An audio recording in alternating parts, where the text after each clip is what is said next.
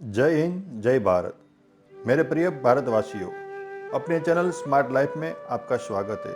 आज का विषय है योग क्या है, योग के फायदे। योग आध्यात्मिकता और विज्ञान पर आधारित ज्ञान है। योग का मतलब होता है मिलना, जुड़ना। आत्मा और परमात्मा का मिलन को सही भाषा में योग कहा जाता है। योग का आध्यात्मिकता के साथ गहरा नाता है, क्योंकि योग की उत्पत्ति भगवान महादेव ने की है और मानव जात के लिए योग की रचना महर्षि पतंजलि ने की है।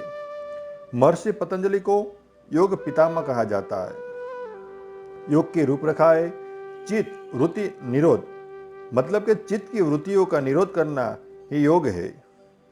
योग साधना है।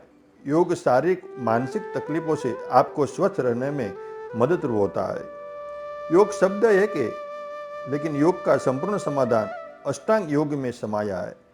अष्टांग योग का संपूर्ण ज्ञान और समझण से पूर्ण योग बनता है। ऐसे तो आपने आज के समय में योग शब्द तो बहुत सुना होगा, और आज के समय में सबकी इच्छा होती है योग करे, लेकिन बहुत लोगों को समझ में नहीं है कि योग का पूरा मतलब क्या है। सही मायने में योग क्या है। संपूर्ण योग अष्टांग योग है, मतलब 8 विषय में आपके समझण के बाद योग की सही समझण आएगी। अष्टांग योग क्या है। अष्टांग योग के 8 विषय। पहला है यम, दूसरा है नियम, तीसरा है आसन, चौथा है प्राणायाम, पांचवा है प्रत्याहार, छठा है ध्यान, सातवें है धारणा, आठवें समाधि। आपने ये 8 शब्द सुना ही होगा। आसन, प्राणायाम, ध्यान, ये सभी 8 विषयों के साथ में जुड़ने के बाद बनता है पूरा योग। जब पूरा योग बनता है तब आत्मा और परमात्मा का मिलन होता है, तब उसको सही तरीके से योग बोला जाता है और योग तपस्वी कहा जाता है। आपने अधिकतर सुना होगा कि ये संत, ये ऋषि मुनि जो चाहते वो पा सकते, जो चाहते वो कर सकते। ये कोई विद्या नहीं है, मात्र और मात्र योग तपस्वी से उसको परमात्मा के साथ आत्मा को मिला दिया है, उसका परिणाम है। अब समझते अष्टांग योग के 8 विषय का अर्थ क्या होता है। यम। पहला यम। यम का भी 5 संख्या है। सत्य, अहिंसा, अपरिग्रह, अस्तेय और ब्रह्मचर्य।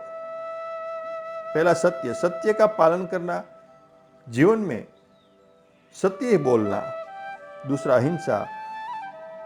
अहिंसा परम धर्म, किसी की भी जीव मात्र को हिंसा या अत्याचार न करना। तीसरा है अपरिग्रह, जीवन में जरूरत से ज्यादा चीजों का संग्रह न करना। चौथा अस्तेय, जीवन में कभी चोरी या किसी का नुकसान न करना। पांचवा है ब्रह्मचर्य, अपने सभी इंद्रियों को संयम में रखना।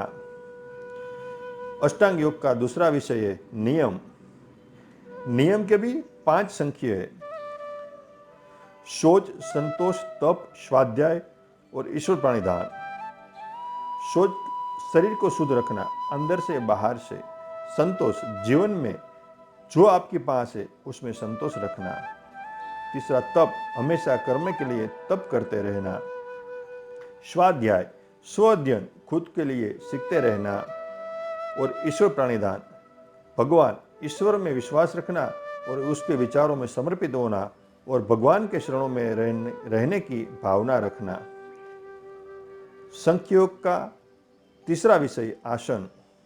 ऐसे तो आसन बहुत रूप से, लेकिन जो व्यक्ति अपनी शारीरिक अच्छी स्थिति में ज्यादा तक समय शांति और स्थिरता से बैठ सके उसको आसन कहते हैं। अष्टांग योग के चौथा है प्राणायाम। प्राणायाम तो आपने सुना ही होगा। श्वासों के गति और स्थिति के नियमों से अभ्यास करना, उसको प्राणायाम कहते हैं। प्राणायाम के 3 प्रकार है, रेचक, पूरक और कुंभक। अष्टांग योग के 5वें विषय है प्रत्याहार। इंद्रियों को संयम में रखकर आत्मा में विलीन होकर अभ्यास करना, उसको प्रत्याहार कहते हैं। अष्टांग योग का 6ठा विषय है धारणा। कोई भी एक चीज पर एकाग्र होना, मन को स्थिर कर कर एक चित होना, उसको धारणा कहते हैं। अष्टांग का 7वां विषय ध्यान। धारणा का अभ्यास के बाद जो आपके मन के एक ही पॉइंट या बिंदु पर एकचित हो जाए, उसको ध्यान कहते हैं।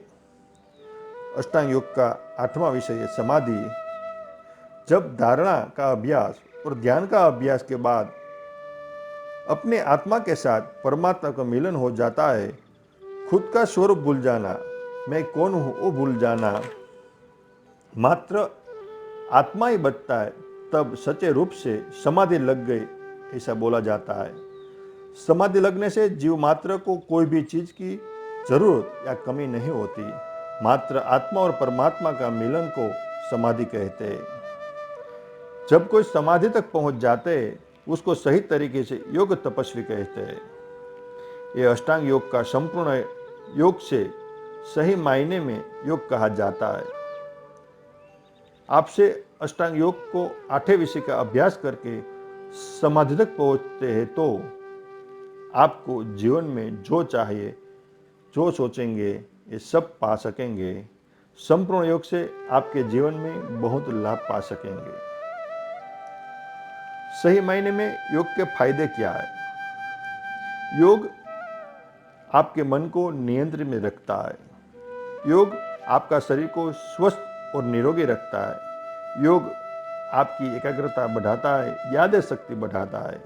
योग आंतरिक शक्तियों का विकास होता है। योग से आपके ज्ञान और कर्म में वृद्धि होती है।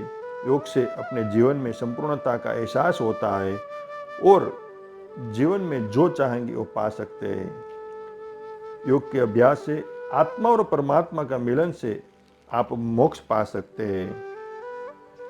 संपूर्ण योग थोड़ा कठिन है, लेकिन आप अष्टांग योग से अभ्यास करना शुरू करेंगे तो आपके योग का ज्ञान प्राप्त होगा और आपका जीवन सुखमय, निरोगी, आनंदित, प्रफुल्लित होगा।